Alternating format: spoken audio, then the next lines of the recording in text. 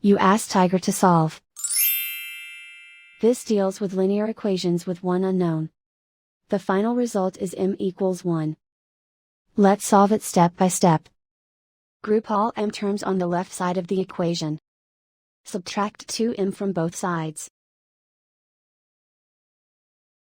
Group like terms. Simplify the arithmetic.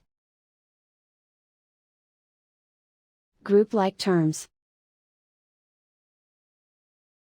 Simplify the arithmetic.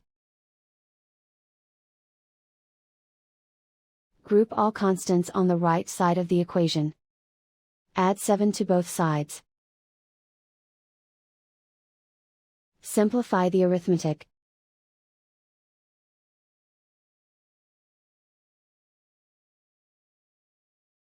Isolate the m.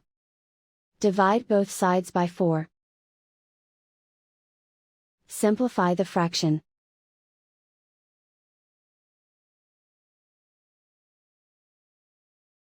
And so the final result is m equals 1.